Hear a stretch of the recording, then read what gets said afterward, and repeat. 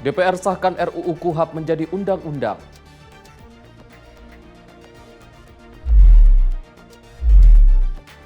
Kementerian UMKM gerak cepat atasi impor baju bekas.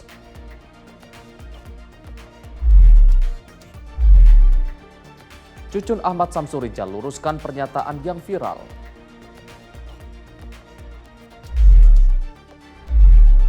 TNI AL gagalkan penyelundupan 40 ton BBM ilegal dari kapal ikan.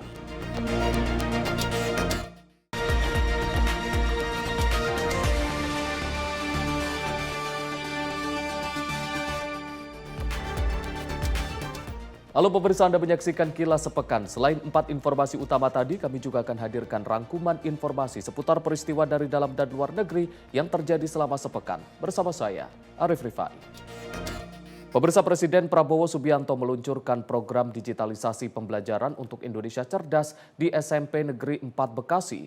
Dalam kegiatan tersebut, Presiden juga meresmikan penggunaan papan interaktif digital atau Interactive Flat Panel sebagai sarana belajar baru untuk sekolah di seluruh Indonesia. Presiden Prabowo Subianto tiba di SMPN 4 Bekasi pada Senin pagi. Disambut meriah para siswa dan guru yang telah menunggunya di halaman sekolah. Sebelum meresmikan program digitalisasi pembelajaran, Prabowo bersama Mendikdasmen meninjau sejumlah kelas yang sedang melakukan proses belajar mengajar. Sesudah peninjauan, Presiden menuju ruang acara untuk melakukan peluncuran program digitalisasi pendidikan serta peresmian penggunaan papan interaktif digital atau PID. Dalam sambutannya, Prabowo menegaskan bahwa pendidikan adalah kunci kebangkitan bangsa. Menurutnya, penerapan teknologi, sains, dan ilmu pengetahuan merupakan syarat menuju kemajuan dan kemakmuran Indonesia. Kita meresmikan program di pembelajaran digitalisasi, di mana cukup besar prestasi yang kita capai. Sudah 75% dari semua sekolah di seluruh Indonesia sudah menerima panel interaktif dan alhamdulillah panel ini kita harapkan untuk bisa membantu semua siswa di seluruh Indonesia untuk belajar lebih baik, belajar lebih semangat, belajar lebih cepat, punya akses kepada semua ilmu, semua bahan yang diperlukan. Jadi ini saya kira baru awal. Dengan kehadiran sarana pembelajaran digital ini, pemerintah berharap kualitas pengajaran di Indonesia dapat meningkat dan memberikan akses teknologi yang adil bagi seluruh siswa. Tim redaksi Sinpo TV melaporkan. Pemirsa, revisi Kitab Hukum Acara Pidana atau KUHP kini resmi disahkan menjadi undang-undang oleh DPR usai dibahas bersama pemerintah dengan melibatkan partisipasi publik. Pengesahan itu dilakukan melalui pengambilan keputusan tingkat 2 yang berlangsung dalam rapat paripurna DPR di Kompleks Parlemen Senayan, Jakarta. Dewan Perwakilan Rakyat resmi mengesahkan revisi Kitab Hukum Acara Pidana atau KUHP menjadi undang-undang. Pengesahan tersebut dilakukan dalam rapat paripurna DPR yang berlangsung di Kompleks Parlemen Senayan, Jakarta. Mulanya Ketua DPR Puan Maharani mempersilahkan Ketua Komisi 3 DPR Habibur Rahman untuk melaporkan hasil keputusan revisi KUHP. Selanjutnya, pimpinan DPR meminta persetujuan kepada seluruh anggota Dewan dari masing-masing fraksi. Setelah itu, masing-masing fraksi menyatakan sepakat disahkan menjadi undang-undang. Terima kasih kami sampaikan kepada Ketua Komisi 3 DPR RI yang telah menyampaikan laporan hasil pembahasan rancangan undang-undang tersebut.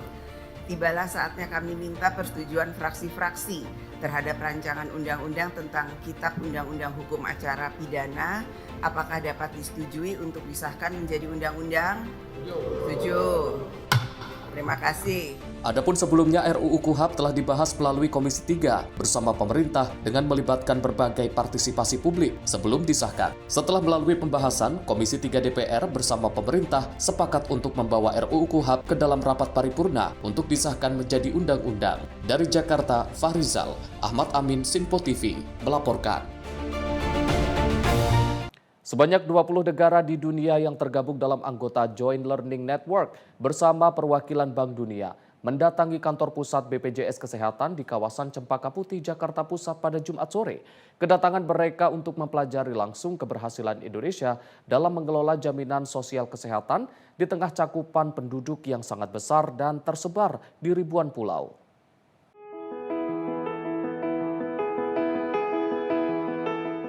Pengelolaan jaminan kesehatan di Indonesia kian mendapat perhatian dari berbagai negara. Berangkat dari kesuksesan mencapai predikat Universal Health Coverage, program Jaminan Kesehatan Nasional atau JKN hanya dalam kurun waktu 10 tahun, membuat 20 negara di dunia yang tergabung dalam anggota Joint Learning Network bersama perwakilan Bank Dunia mendatangi kantor pusat BPJS Kesehatan di kawasan Cempaka Putih, Jakarta Pusat, Jumat sore. Kedatangan mereka untuk mempelajari langsung keberhasilan Indonesia dalam mengelola jaminan sosial kesehatan di tengah cakupan penduduk yang sangat besar dan tersebar di ribuan pulau. Direktur Utama BPJS Kesehatan Ali Gufron Mukti mengungkapkan dalam 10 tahun, Indonesia tak hanya memperluas kepesertaan hingga menjangkau hampir seluruh penduduk, namun juga berhasil menata tata kelola pembiayaan hingga menghadirkan pelayanan yang semakin mudah diakses. Menurutnya, keberhasilan yang didapat tak terlepas dari langkah besar yang dilakukan dalam melakukan digitalisasi di seluruh lini layanan. Ia menegaskan bahwa transformasi digital telah menjadi pondasi utama untuk meningkatkan kemudahan akses dan efisiensi pelayanan. Di dunia ini ada program Joint Learning Network. Beberapa anggotanya sudah sekitar 40 negara dan BPJS Indonesia salah satu convener atau pemimpin pengarah co-convener dan sebagai juga pendiri. Hari ini dari 20 negara pada datang berdiskusi tentang pengalaman masing-masing, termasuk pengalaman di dalam peran dan universal health coverage dan juga emergency, bagaimana mengatasi masalah-masalah emergency khususnya terkait dengan kesehatan. Jadi hari ini 20 negara pada datang ke sini dan kebanyakan mereka heran. Kok bisa-bisanya BPJS itu punya real time sehari lebih dari 2 juta data dan kita bisa bekerjasama dengan pemerintah daerah, dengan kementerian-kementerian termasuk Kementerian Kesehatan, kementerian yang lain yang butuh data dan termasuk perguruan tinggi bisa menganalisis dan kita mengembangkan artificial intelligence, machine learning dan juga transformasi digital yang luar biasa. Untuk memastikan seluruh sistem berjalan optimal dan bisa diawasi secara menyeluruh, BPJS Kesehatan juga mengoperasikan Command Center yang memantau penyelenggaraan JKN secara real time. Dari Jakarta, Dio Malau, Simpo TV melaporkan. Pemirsa, Wakil Menteri Komunikasi dan Digital Nezar Patria menyampaikan Indonesia hadirkan internet terjangkau tanpa serat optik. Langkah ini bertujuan mempercepat pemerataan konektivitas bagi masyarakat. Wakil Menteri Komunikasi dan Digital Nezar Patria menyaksikan penandatanganan kontrak komersial antara Surge, Orexai Jepang, dan distributor lokal di Jakarta Pusat pada 12 November 2025. Nezar menegaskan pemerintah berkomitmen memperluas konektivitas digital yang inklusif dan terjangkau melalui pemanfaatan teknologi Fixed Wireless Access 5G di frekuensi 1,4 GHz yang memungkinkan internet cepat tanpa menunggu pembangunan serat optik. Pemerintah menilai langkah ini selaras dengan strategi nasional mempersempit kesenjangan digital. Saat ini, penetrasi internet pita lebar tetap masih rendah dan kecepatan unduh Indonesia menempati posisi ke-9 dari 10 negara ASEAN, sementara biaya layanan internet tetap masih tergolong tinggi. It is a great honor to stand before you today at this significant commercial contract signing ceremony. This event is not merely a formality, it is a powerful declaration of shared vision, commitment, and action toward a digitally empowered Indonesia. Today, we move from conversation to concrete action. This signing ceremony is a direct, tangible outcome of the Memorandum of Understanding we established in the digital and communication realms. It is proof that our commitment to fostering a robust digital ecosystem is not confined to paper, but is being realized through strategic market-driven partnerships. This is the kind of execution-focused collaboration that our nation needs. Ladies and gentlemen, we are looking forward to collaborating closely with Orexai search, and the local distributor, and indeed with all ecosystem partners to ensure the successful and impactful execution of this project. Today, we signed the contract, but more importantly, we signed a pact for progress. We are laying the foundation for more connected, more equitable, and more prosperous Indonesia. Let us now turn this shared vision into a shared reality. Arigatou gozaimasu. Melalui kerjasama strategis ini, pemerintah memberikan dukungan penuh, termasuk penyediaan frekuensi 1,4 GHz untuk mendorong teknologi nirkabel berkecepatan tinggi. Proyek Indonesia-Jepang ini diharapkan memberikan manfaat langsung bagi masyarakat, terutama UMKM, pendidikan jarak jauh, dan layanan teledimensi. Tim redaksi Sinpo TV melaporkan. Wakil Menteri Komunikasi dan Digital Nezar Patria menekankan bahwa AI bukan ancaman, melainkan peluang bagi manusia untuk berinovasi melalui kolaborasi cerdas dengan mesin. Pemerintah tengah menyiapkan kebijakan AI agar Indonesia tidak hanya menjadi pengguna, tetapi juga pengembang teknologi digital.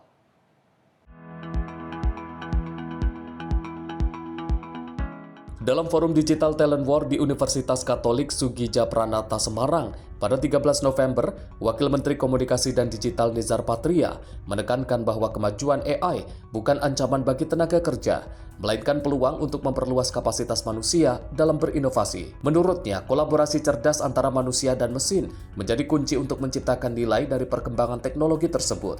Nezar menegaskan bahwa pengembangan AI di Indonesia harus berlandaskan kedaulatan teknologi, sekaligus mempersiapkan manusia untuk bekerja berdampingan dengan mesin. Masa depan ekonomi digital tidak hanya bergantung pada adopsi teknologi, tetapi juga pada kemampuan membangun generasi yang memahami nilai, etika, dan daya cipta di era AI. Semuanya sudah ada AI on device, juga laptop, sudah ada AI on device.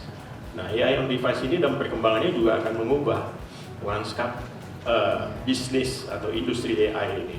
Dia akan mempengaruhi soal cloud misalnya, karena pemrosesan bisa dilakukan di device sendiri, sehingga cloud kemudian menjadi alternatif yang lain dan mungkin tidak sedominan dulu lagi gitu. Kita tahu data di era AI ini adalah apa yang kita sebut sebagai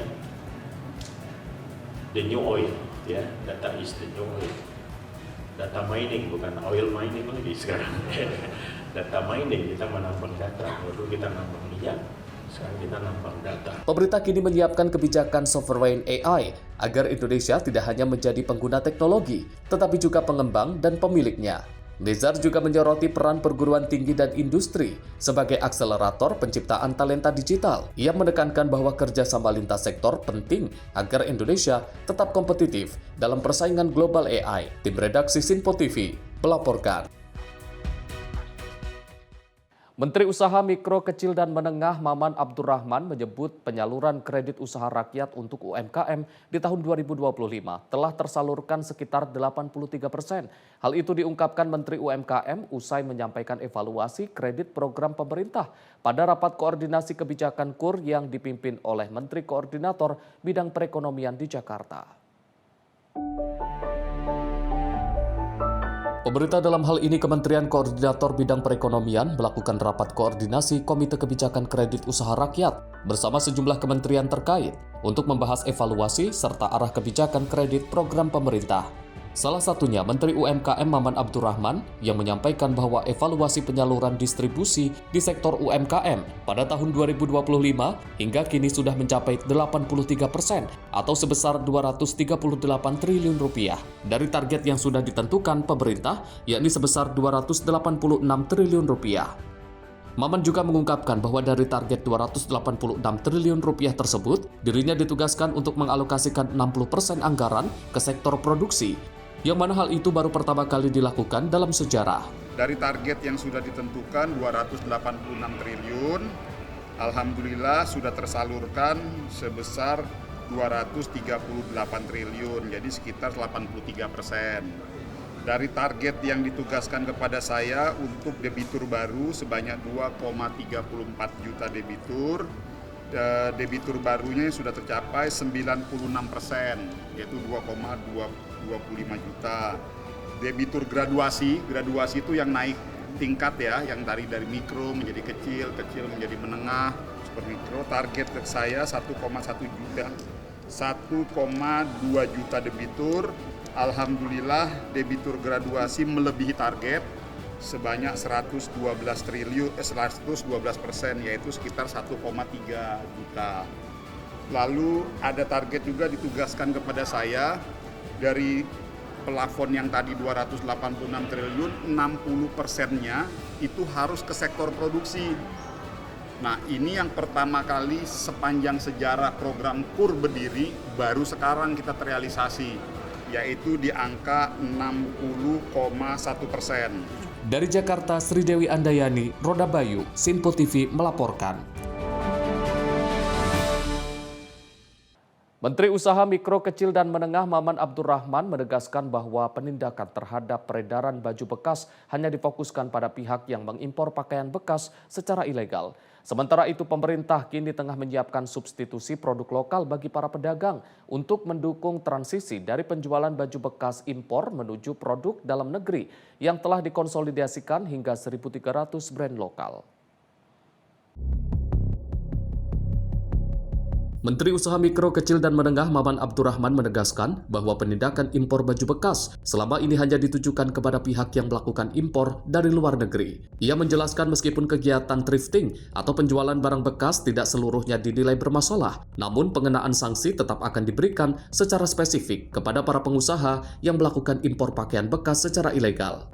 Kementerian UMKM saat ini ditegaskan untuk menyiapkan substitusi produk agar pedagang yang selama ini bergantung pada barang bekas impor dapat beralih menjual produk lokal untuk mendukung transisi tersebut.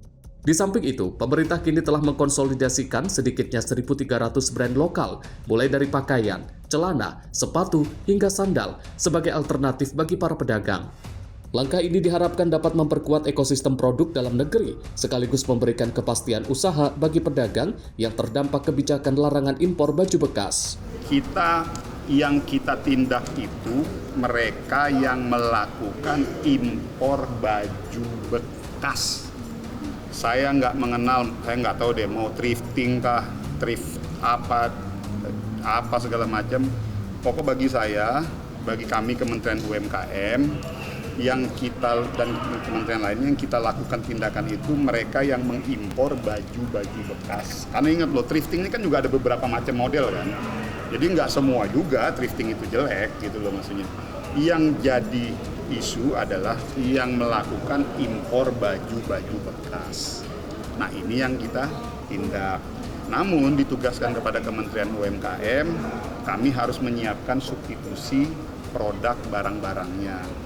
Dari yang tadi mereka menjual baju-baju bekas dari luar negeri, kita ganti dengan produk-produk domestik dalam negeri kita. Dari Jakarta, Esa Sulistiani, Roda Bayu, Sinpo TV melaporkan. Ketua Umum Partai Solidaritas Indonesia, Kaisang Pangarep, mendatangi lokasi banjir bandang di Desa Kali Erang, Bumi Ayu, Brebes, Jawa Tengah pada Jumat pagi. Kedatangan Kaisang untuk memberikan bantuan berupa makanan, obat-obatan, kasur, serta air bersih.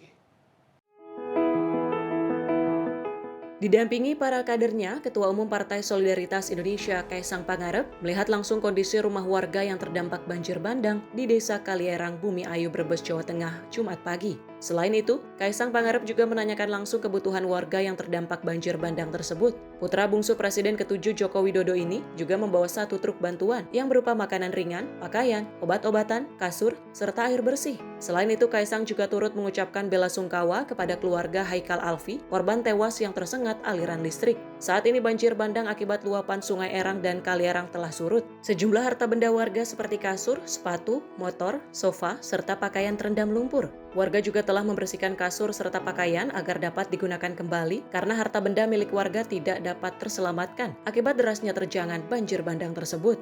Hari ini kami mengunjungi salah satu desa di Brebes yang terdampak oleh banjir. Ya, kami dari PSI berusaha memberikan kebutuhan yang paling dasar dulu untuk warga supaya bisa beraktivitas kembali. Mas, apa aja yang dibawa Mas tadi bantuannya? Tadi ada kasur, obat-obatan, ada sembako, air juga kami bawa semua. Ya saya berharap dari pemerintah setempat bisa memberikan solusi ya buat warga di sini. Kalau bisa juga Pak Gubernur juga bisa turun juga ke sini, atau bahkan dari pemerintah pusat juga bisa turun membantu menyelesaikan masalah yang ada di desa ini supaya banjir yang biasanya sudah terjadi 3 tahun sekali, 5 tahun sekali ini bisa segera terselesaikan supaya warga lebih nyaman lah tinggal di sini. Alhamdulillah sih bisa buat. Tapi yang kita butuhkan sih bukan itu ya butuh ya saat ini, soalnya PAM kan udah 2 minggu nih ya Pak Haji 2 minggu nggak jalan, mau bersihin gimana? Tapi saya punya sumur tapi nggak ada itunya jet pumpnya. Jadi butuh banget jet pump. Kalau ada jet pump bisa bersih itu rumah. Soalnya depan lapangan persis segini rumah sampai rumah dalam. Cuma semuanya. Sebenarnya yang dibutuhkan warga apa sih, Bu? Atau ya mungkin termasuk sembako untuk. Ya sembako sih ya butuh ya. Tapi sementara ini mau sembako mau gimana? Kompor aja pada gas aja hilang. Mau masak gimana? Kaisang berharap pemerintah daerah Provinsi Jawa Tengah serta pemerintah pusat agar dapat segera menyelesaikan permasalahan banjir yang kerap melanda wilayah Brebes agar warga dapat hidup nyaman dan aman. Selain itu terkait dugaan penyalahgunaan lahan hutan yang menjadi penyebab banjir bandang, Kaisang akan meminta Menteri Kehutanan Raja Juli Antoni untuk segera menindaklanjutinya. Tim Liputan Sinpo TV melaporkan. Pemirsa, informasi lainnya akan kami hadirkan usai jeda. Tetaplah bersama kami di Kilas Sepekan.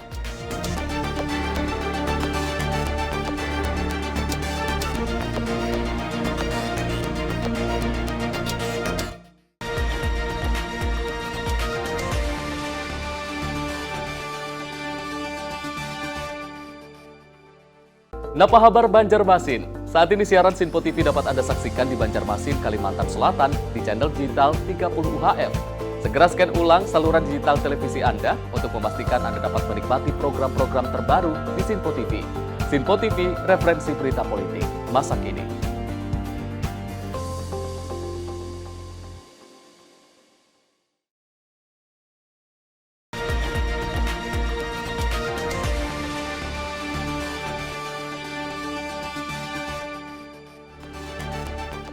Terima kasih pemirsa, Anda masih bersama kami di Kilas Sepekan. Informasi kami lanjutkan. Pemirsa, Wakil Ketua DPR Cucun Ahmad Samsurijal meluruskan perihal pernyataannya yang sempat viral di media sosial terkait MBG pada beberapa waktu lalu. Cucun mengatakan bahwa pernyataan tersebut merupakan respon usulan penghapusan nomenklatur ahli gizi di SPPG yang diberikan kepada seorang wanita di salah satu forum. Wakil Ketua DPR Cucun Ahmad Samsurijal menjelaskan bahwa pernyataan perihal ahli gizi dalam MBG merupakan respon usulan terkait video seorang wanita yang sempat meminta kepadanya terkait penghapusan nomenklatur ahli gizi di SPPG. Namun pernyataan Cucun tersebut disalahartikan sehingga menjadi perbincangan publik. Dirinya mengatakan pernyataan itu juga sebagai bentuk penegasan bahwa penghapusan nomenklatur ahli gizi malah akan berdampak ke profesi ahli gizi itu sendiri. Meski begitu, Cucun telah menyampaikan permohonan maaf terkait pernyataannya. Jadi kita menjalankan fungsi pengawasan. Selama ini sering ada keluhan baik dari mitra maupun juga semua stakeholder tadi KSPPG atau ahli gizi sendiri. Kadang-kadang ada KSPPG tidak match dengan mitra itu. Nah kemarin itu berkembang, ada mitra yang berkembang, bukan hanya berkembang di sana. Awalnya kita tuh dari RDP Komisi 9 yang mengambil keputusan untuk mencari solusi kelangkaan terkait ahli gizi, akuntan. Nah teman-teman ahli gizi ini udah tahu di bawah menyampaikan usulan, ada kalimatnya agak sedikit jangan pakai embel-embel apa ahli gizi kalau emang mau diganti. Nah saya juga baru tahu ternyata si Persagi ini sama siapa BGN baru mau menindaklanjuti MOU yang sudah dari bulan Oktober. Nah di sini kan perlu ditertibkan seperti misalkan gini, tidak akan terjadi ada ahli gizi yang dari satu dapur pindah ke dapur yang lain. Kemudian juga tadi majelis etiknya sudah disampaikan. Karena belum ada MOU teknis saja, ya sudah disampaikan tadi. Makanya kejadian kemarin itu karena usulan tidak pakai lagi usulannya dalam forum itu. Ya, kalau mau diganti jangan pakai memori gizi, kita respon, kita akan bawa kalau emang misalkan seperti ini nanti justru profesinya yang akan tereliminir sama yang profesi-profesi lain. Tapi tadi saya sampaikan aspirasi di sini dengan BGN, maksimalkan yang ada, ya profesinya adalah ahli gizi. Karena kita berbicara gizi, kan. Oke, itulah. Ya, tadi sudah saya sampaikan kan. Dari Jakarta, Fahrizal, Dava Rizkiano, Sinpo TV melaporkan. Sementara itu, Menteri Pendidikan Dasar dan Menengah Abdul Mukti menyampaikan bahwa pihaknya sudah mengirimkan 172.550 interactive flat panel atau smartboard ke sekolah-sekolah.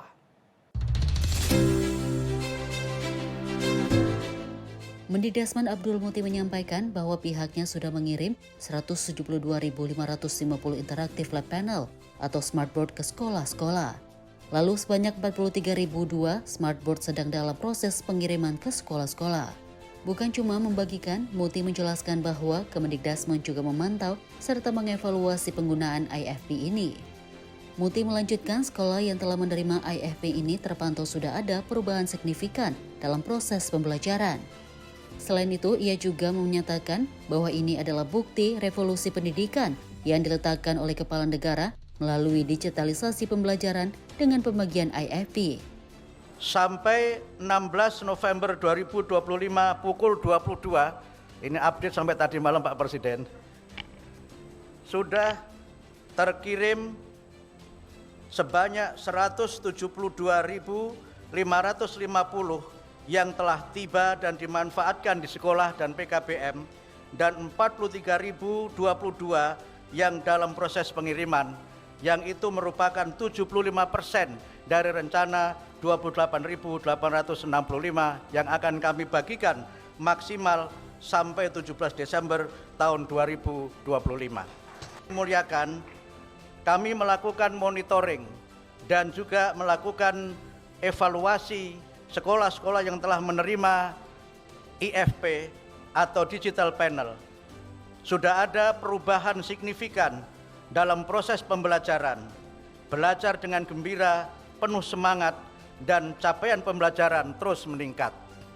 Ini semua adalah bukti revolusi pendidikan yang diletakkan Bapak Presiden melalui digitalisasi pembelajaran dan pembagian IFP yang hari ini Bapak hadir secara langsung untuk meluncurkannya.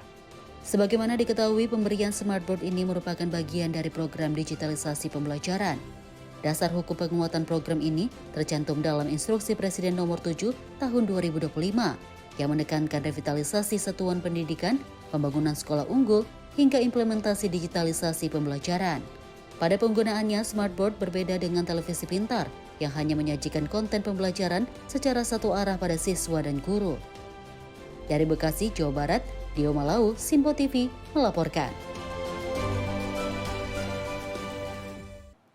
Menteri Pertahanan Republik Indonesia Syafri Samsudin melakukan kunjungan kerja ke Aceh untuk meninjau kesiapan Batalion Teritorial Pembangunan 857 Gana Gajah Sona. Kunjungan ini merupakan bagian dari upaya Kemhan untuk memperkuat pembinaan satuan teritorial di wilayah.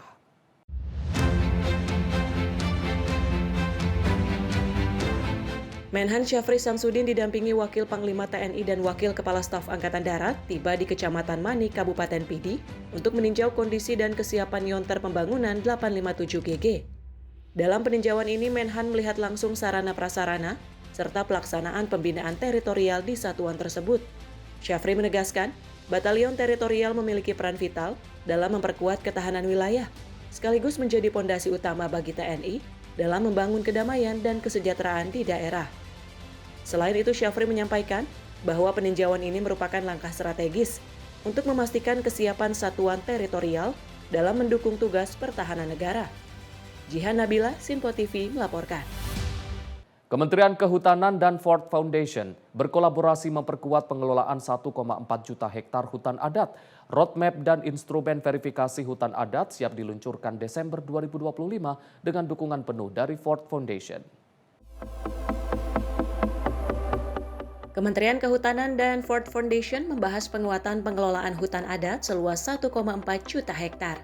Dalam kesempatan itu, Menhub menekankan perlunya pola pengelolaan, pemberdayaan, dan pendanaan yang lebih terarah.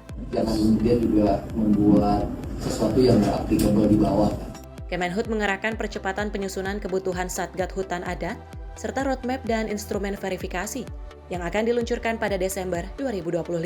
Ford Foundation pun menyatakan siap mendukung percepatan program pemberdayaan hutan adat. Tim redaksi Sinpo TV melaporkan. Menteri Perumahan dan Kawasan Permukiman Marwar Sirait menyampaikan bahwa pemerintah telah menempatkan sektor perumahan sebagai salah satu fokus penyaluran kredit usaha rakyat pada tahun 2025 melalui skema KPP dengan target plafon sebesar Rp17,25 triliun untuk 27.961 debitur. Menteri Perumahan dan Permukiman Rakyat Marwar Sirait mengatakan bahwa skema program kredit usaha rakyat menyasar dua sisi sekaligus, mulai dari penyediaan rumah oleh para pelaku usaha kecil di sektor konstruksi dan pembiayaan permintaan rumah bagi masyarakat berpenghasilan rendah. Pada sisi penyediaan rumah, pemerintah menargetkan penyaluran sebesar Rp13,6 triliun untuk 7.742 debitur yang terdiri dari pengembang dan pelaku usaha kecil yang membangun hunian rakyat. Sementara itu, dari sisi permintaan rumah menargetkan Rp4,19 triliun untuk 20.219 debitur, yakni masyarakat yang ingin memiliki rumah layak dengan skema pembiayaan terjangkau. Ini membuktikan kur perumahan karya dari pemerintahan Pak Prabowo yang pertama kali terjadi di Indonesia, ini direspon dengan baik. Padahal kita baru mulai tanggal berapa? 21 Oktober. 21 Oktober ya, karena sistem KP dan terintegrasi dengan perbankan. Sistem informasi kredit program. Ya. Jadi itu dalam waktu segitu sudah berapa? Kita sudah 492 miliar. Ya. Dan saya terima kasih ya kepada Bank Himbara, ya, pada BRI, Mandiri, BTN, BNI, semua ya, bank daerah dan juga bank swasta, itu khususnya Bank Nobu ya yang paling tinggi. Kalau BCA itu dia tidak dari subsidinya, dia bikin skema sendiri. Dari Jakarta, Sri Dewi Andayani Ronawayu, Sinpo TV melaporkan. Pemirsa, Aliansi Masyarakat Pemantau Konstitusi menyambangi ke Mahkamah Kehormatan Dewan DPR di Kompleks Parlemen Senayan, Jakarta pada Senin siang. AMPK melaporkan perihal dugaan ijazah palsu terhadap salah satu hakim Mahkamah Konstitusi berinisial AS. Aliansi Masyarakat Pemantau Konstitusi melaporkan salah satu hakim Mahkamah Konstitusi berinisial AS terkait dugaan ijazah palsu ke Mahkamah Kehormatan Dewan DPR. Koordinator AMPK Betran Sulani mengatakan, dugaan tersebut menyangkut perihal gelar jenjang pendidikan doktor atau S3. Melalui Mahkamah Kehormatan Dewan DPR, diharapkan kasus tersebut dapat segera ditindaklanjuti. Ya, jadi nama saya Betran Sulani. Kami dari Aliansi Masyarakat Pemantau Konstitusi hari ini mau mengadukan ya, membuat laporan yang bertujuan ke MKD terkait dengan dugaan salah satu hakim MK yang menggunakan ijazah palsu berinisial AS. Jadi kami berharap bahwa melalui MKD DPR RI bisa menindaklanjuti dan juga bisa melaksanakan tugasnya untuk apakah ada dugaan-dugaan atau indikasi-indikasi melanggar kode etik dan lain-lain. Jadi kami memiliki kajian demikian, makanya kami mendatangi MKD DPR RI. Kami melaporkan salah satu ya hakim MK inisial AS. Jadi saya nggak bisa sebut nama lengkap, hanya bisa sebut inisialnya. Salah satu hakim MK berinisial AS. Ya, salah satu hakim MK yang diduga ijazah palsu ini kan inisialnya AS. Kami merujuk ada beberapa nama itu. Kemudian kalau dilihat dari latar belakangnya sudah cukup lama kan. Jadi hakim, salah satu hakim di MK. Tapi kenapa baru sekarang dilaporkan? Terus ijazah yang Anda duga palsu itu level apa? SD, SMP, SMA atau universitas? Dan diduga palsunya indikasinya apa? Nah, jadi kami mendapatkan informasi dari beberapa media, bahkan media salah satu di Polandia. Jadi dari pihak Komisi Pemberantasan Korupsi Polandia sedang memeriksa salah satu kampus yang itu merupakan asal kampus dari saudara yang sedang kita duga menggunakan ijazah palsu terkait dengan S3-nya. Dari Jakarta, Fahrizal Davariskiano, Simpo TV melaporkan. Gubernur DKI Jakarta Pramono Anung mengungkapkan pasca peristiwa ledakan yang terjadi di SMA 72 Kelapa Gading, Jakarta Utara, banyak siswa yang berkeinginan untuk pindah sekolah akibat rasa trauma. Pramono juga memastikan proses belajar mengajar secara langsung baru akan diputuskan pada hari Senin, di mana para orang tua dan murid akan melakukan rapat bersama pihak sekolah. Setelah selama lebih dari 1 pekan pasca kejadian ledakan di SMA 72 Kelapa Gading, Jakarta Utara, Gubernur DKI Jakarta Pramono Anung memastikan jika kegiatan belajar mengajar secara langsung atau dilanjutkan kembali secara daring baru akan diputuskan pada hari Senin melalui rapat yang akan dihadiri langsung oleh para orang tua hingga murid bersama pihak sekolah. Pramono juga memberi kabar dari pihak kepala sekolah jika ternyata banyak siswa yang berkeinginan untuk pindah sekolah akibat rasa trauma, yang membuat Pramono meminta pihak sekolah untuk merumuskan persoalan ini agar dampaknya tidak berkepanjangan. Kejadian di SMA 72 itu membuka mata kita semua bahwa suara sensornya nggak ada. Dan itu memang kebetulan ketika kejadian kan saya termasuk yang pertama datang. Dan ketika di rumah sakit saya ketemu dengan suspek yang melakukan. Waktu itu masih setengah sadar. Jadi menurut saya hal seperti ini nggak boleh terjadi. Kemarin ketika di Jakarta Utara saya kebetulan ketemu kepala sekolahnya. Saya sampaikan kepada ibu kepala sekolah batas waktu untuk pembelajaran yang pakai daring itu kan sampai dengan hari Senin. Hari Senin besok mereka akan mengundang para murid dan juga para guru dan murid untuk diberikan pilihan apakah mereka akan sekolah langsung atau melalui daring. Dan ternyata dampaknya juga di luar dugaan saya, banyak siswa yang kemudian minta pindah sekolah. Agar peristiwa serupa tidak terulang, Pramono meminta semua sekolah untuk mensensor kegiatan dan kepribadian para siswa secara ketat. Dari Jakarta, Gio Malau, Simpo TV melaporkan. Jakarta IP Market 2025 digelar pada 18 sampai 19 November 2025 di Hotel Grand Sahid Jaya, Sudirman, Jakarta. Ajang lisensi berskala internasional ini hadir sebagai ruang kolaborasi antara kreator, pemilik IP, pelaku bisnis dan juga investor untuk mendorong nilai ekonomi kreatif Indonesia ke level berikutnya. Komite Ekonomi Kreatif Jakarta bersama Asosiasi IP Kreatif Indonesia resmi membuka Jakarta IP Market 2025. Sebuah platform bisnis terkurasi yang mempertemukan pemilik lisensi kekayaan intelektual, brand global, dan industri manufaktur terbesar di Indonesia. Acara dibuka secara resmi oleh Wakil Gubernur DKI Jakarta Rano Karno, menandai komitmen pemerintah Provinsi DKI Jakarta dalam memperkuat ekosistem ekonomi kreatif serta menjadikan Jakarta sebagai pusat perdagangan IP di Asia Tenggara. Mokhtar Sarman selaku Chairman Jakarta IP Market menyampaikan, Jakarta IP Market hadir untuk menjawab kebutuhan industri, yaitu tempat di mana kreator, pemilik lisensi, brand, investor, dan manufaktur dapat bertemu dalam satu ekosistem bisnis yang benar-benar produktif.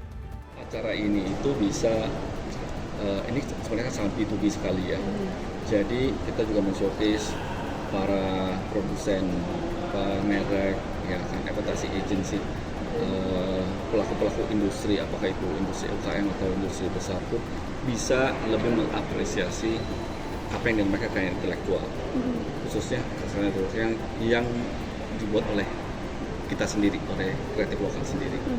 Ya semoga ya kembali lagi industri ini bisa terus berkembang, bisa terus diapresiasi, orang masyarakat luas itu bisa lebih melek KI, ya kan, kekayaan intelektual. apresiasi ini kepada Dinas Pariwisata Ekonomi Kreatif, Komite Ekonomi Kreatif Jakarta, serta seluruh pihak yang telah menginisiasi kegiatan ini. Nah, satu kebanggaan bagi saya hadir di sini. Ini pertama kali di Indonesia yang mempertemukan IP kreator atau pemilik kekayaan intelektual dengan brand dan manufaktur di dalam satu ruangan kolaborasi strategis. Ini sangat luar biasa ini. Nah, JPM ini menjadi peluang bagi IP kreator dan pelaku usaha untuk saling berkolaborasi sekaligus memperkuat komersialisasi karya secara berkelanjutan. Diselenggarakan pada 18 hingga 19 November 2025 di Hotel Grand Said Jaya. JIPM 2025 menghadirkan 28 perusahaan IP kreatif yang membawa lebih dari 100 IP lokal dan internasional. Dari Jakarta, Tim Liputan Simpo TV melaporkan. Pemirsa, informasi lainnya akan kami hadirkan usai jeda. Tetaplah bersama kami di Kilas Sepekan.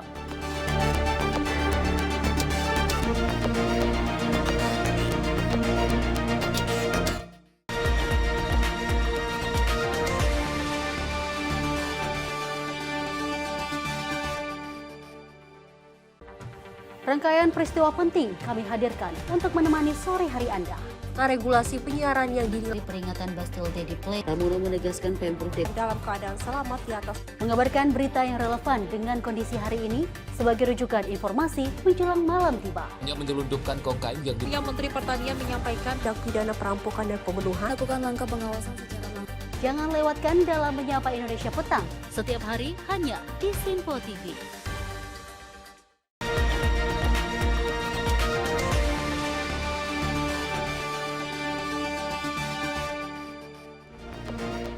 Pemirsa, Anda kembali menyaksikan Kilas Sepekan. TNI Angkatan Laut melalui Guspurla Koarmada 3 berhasil menggagalkan penyelundupan BBM ilegal dari kapal penangkap ikan. Sebanyak 40 ton bahan bakar minyak jenis solar disimpan dalam 4 palka ikan. Kapal langsung digiring ke dermaga Kodairal 9 untuk proses hukum. Kapal penangkap ikan KM Bangka Jaya 9 diamankan petugas TNI Angkatan Laut Gugus Tempur Laut atau Guspurla Koarmada 3 dari perairan utara Pulau Buru, Maluku pada Kamis 13 November 2025. Penangkapan dilakukan saat patroli rutin TNI Angkatan Laut dari Koarmada 3. Menggunakan KRI Pana 626 digelar melewati perairan laut Maluku dari Muara Baru, Jakarta menuju Samudra Pasifik. Petugas menemukan sebanyak 40 ton solar ilegal disimpan di dalam 4 palka. Di kapal tersebut, para ABK pun tidak memiliki buku pelaut. KKM Muala Lain hingga masinis juga tidak memenuhi ketentuan safe mining sesuai pasal 135 Undang-Undang Nomor 17 Tahun 2008. Hasil pemeriksaan tersebut, maka ditemukan dugaan pelanggaran yang dilakukan oleh KM Bangka Jaya 9, yaitu sebagai berikut. Yang pertama, terdapat 4 buah palka ikan, palka ikannya ruang muat ikan yang digunakan untuk memuat bahan bakar jenis solar sejumlah kurang lebih 40 ton tanpa dilengkapi dengan dokumen atau manifest muatan dan dilengkapi dokumen keterangan alih fungsi dari palka tersebut.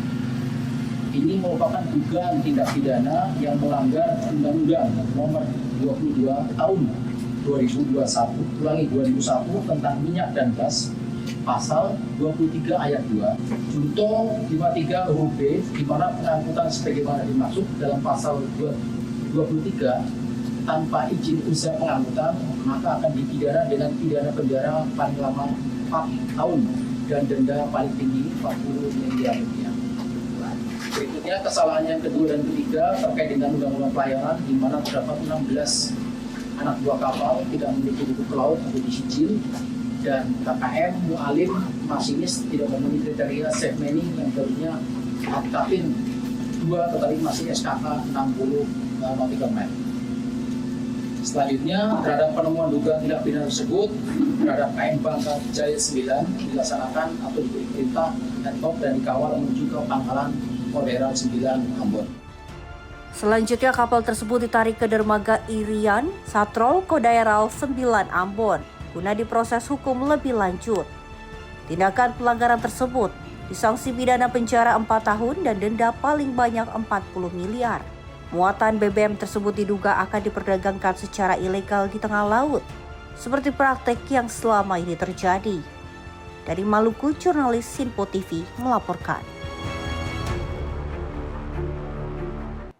Kita beralih ke informasi mancanegara. Pemirsa, konvoi bantuan kemanusiaan ke-224 dari Uni Emirat Arab kembali masuk ke Gaza pada Minggu 16 November 2025. Konvoi ini mengangkut ratusan ton bantuan untuk anak-anak yatim dan keluarga terdampak sebagai bagian dari operasi kemanusiaan berskala besar Chivalrous Knight III dari pemerintah Uni Emirat Arab. Konvoi bantuan Uni Emirat Arab ke-224 masuk Gaza melalui perbatasan Rafah, membawa paket-paket kemanusiaan untuk anak-anak yatim dalam inisiatif For the Children of Al Zaitun. Rekaman video memperlihatkan proses pemuatan bantuan ke atas kendaraan sebelum dikirimkan menuju wilayah Gaza. Media Emirat menyampaikan, konvoi terdiri dari 22 lori dengan total sekitar 426 ton bantuan, termasuk paket pakaian dan kebutuhan anak, serta bantuan makanan dan perlindungan untuk keluarga terdampak. Inisiatif For the Children of Al Zaitun sendiri diluncurkan pada Ramadan lalu dengan tujuan membantu lebih dari 20.000 anak yatim di seluruh Gaza. Seluruh upaya ini merupakan bagian dari operasi kemanusiaan menyeluruh Chivalrous Knight III yang menggunakan koridor udara, laut, dan darat Uni Emirat Arab untuk mempercepat penyaluran bantuan kepada warga Palestina di Gaza. Tim redaksi Sinpo TV melaporkan. Pemirsa, Ditres Narkoba Polda Metro Jaya menangkap seorang pelaku pengedar narkoba jenis ganja berinisial Y di kawasan Depok, Jawa Barat. Dari tangan pelaku, polisi amankan barang bukti narkoba ganja seberat 476,5 gram yang siap diedarkan di wilayah Jakarta dan sekitarnya. Inilah detik-detik petugas Subdit 3 Ditres Narkoba Polda Metro Jaya melakukan penggerebekan di sebuah rumah di kawasan Cipayung, Depok pada hari Minggu 16 November 2025. Setelah dilakukan interogasi, petugas menemukan barang bukti, satu botol paket ganja yang dilakban coklat di dalam rumah pelaku. Pengungkapan ini berawal dari laporan warga yang resah adanya peredaran narkoba di area permukimannya. Adanya laporan tersebut, tim Subdit 3 Ditres Narkoba Polda Metro Jaya bergerak menangkap terduga pelaku berinisial Y di lokasi. Dari tangan pelaku, polisi amankan barang bukti narkoba berupa ganja seberat 476,5 gram yang siap diedarkan di wilayah Jakarta dan sekitarnya.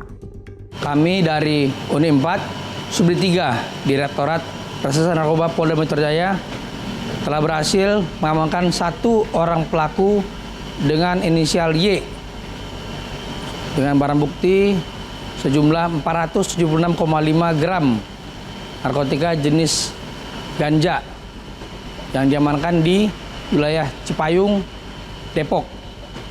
Dan rencananya barang bukti tersebut akan diedarkan di wilayah Jakarta dan sekitarnya. Selanjutnya pelaku dan barang bukti kami bawa ke Direktorat Reserse Narkoba Polda Metro Jaya guna penyelidikan berlanjut. Setelah penangkapan pelaku bersama seluruh barang bukti, dibawa ke Mapolda Metro Jaya guna menjalani pemeriksaan lebih lanjut. Dari Jakarta, tim liputan Sinpo TV melaporkan. Pemirsa, Polri mengungkap pola baru perekrutan anak-anak dan pelajar ke dalam jaringan terorisme melalui game online atau gym daring. Densus 88 mengungkapkan terjadi lonjakan signifikan jumlah anak yang teridentifikasi menjadi korban rekrutmen mulai akhir 2024 hingga 2025.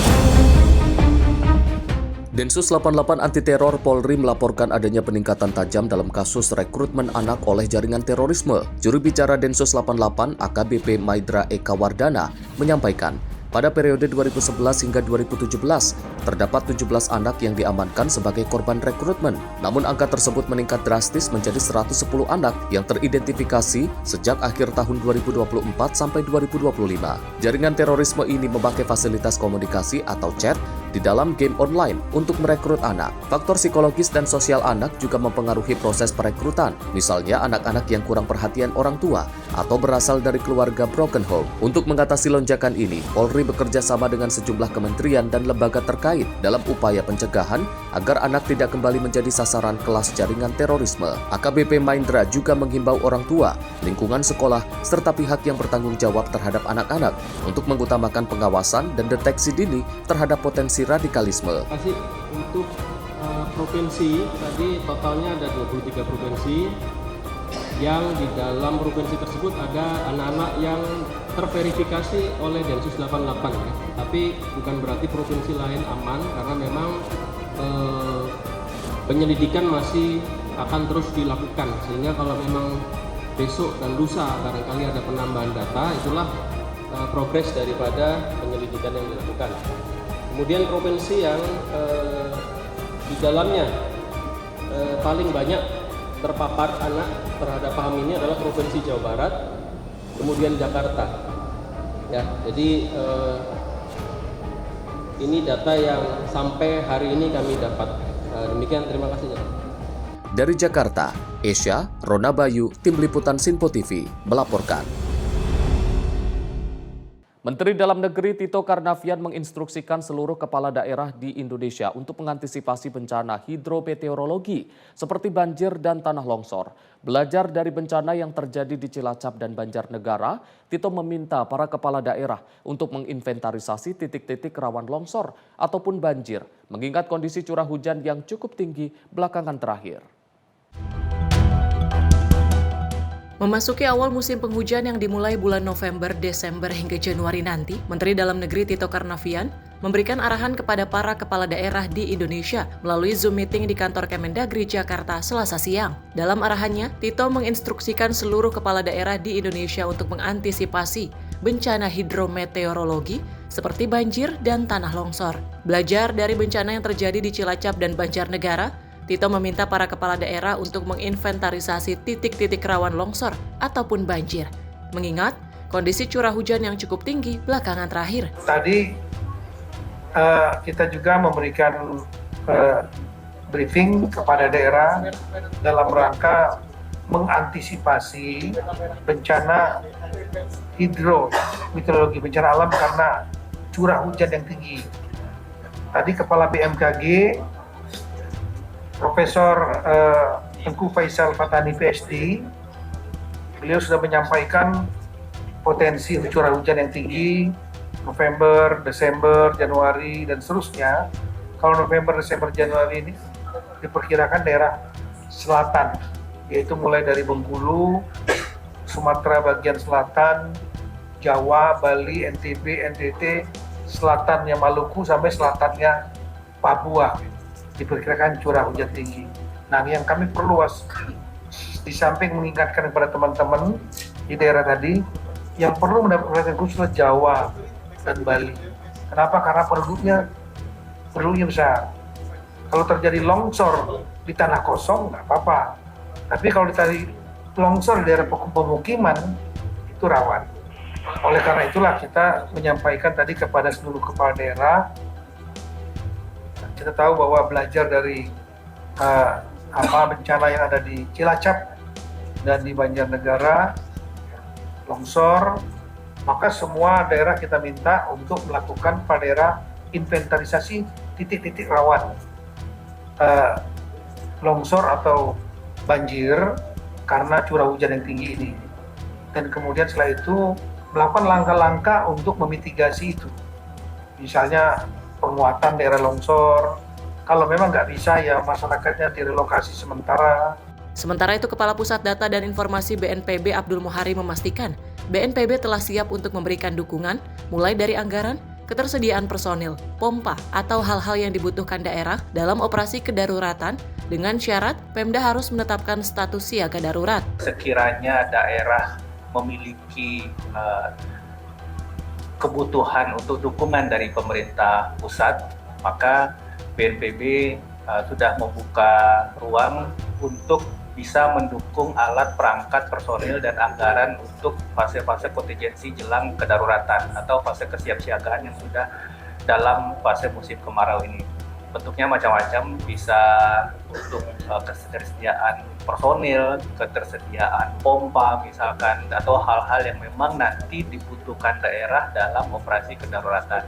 Tetapi syaratnya tentu saja pemerintah daerah menetapkan status siaga darurat. Inilah yang membuka pintu nantinya pemerintah pusat melalui BNPB khususnya bisa menggunakan anggaran dana siap pakai untuk mendukung kesiapsiagaan di daerah.